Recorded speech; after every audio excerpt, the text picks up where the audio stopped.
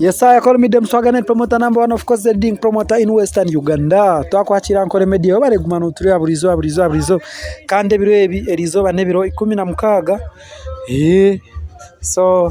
kandi October ninga sho ku 10 Roy G yatere mpeta kandi yatera long time girlfriend kandi ogo yargerera kanjura introduction mukagireba kandi riza yamutere mpeta kandi yajimuterero ko side zo wabo more video loading but ngama koragare ha nkore media right now. Congratulations Roy G, may God bless you kandi na umukundo wawe bari kusharamu kandi turebera beshongozi ba Kampala bashaziremo bakatahasa ningashi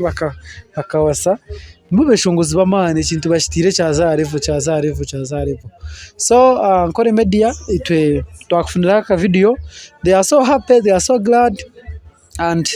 ruhanga bongere migisha Roy G ninkwakora mwana wanje Abatcom ubwo accessories kandi oruguza amasimu kabaka Western Uganda kandi na super accessories wana ndeje amasimu ejo muri mbarara. Let's say we no mwana ndakushoma computer iwe kwatagana na nanye hanuye namba nzo mushanje 5 mwenda 0 ekintu kiteka revo. Jabless.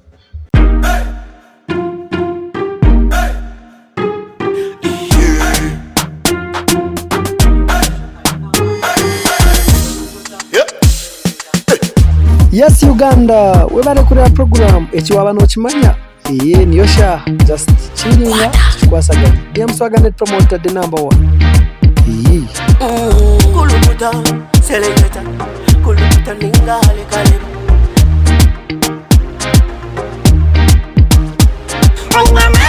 nina mani no zakwikiriza ngo nina mani no zakukakasa ngo nina mani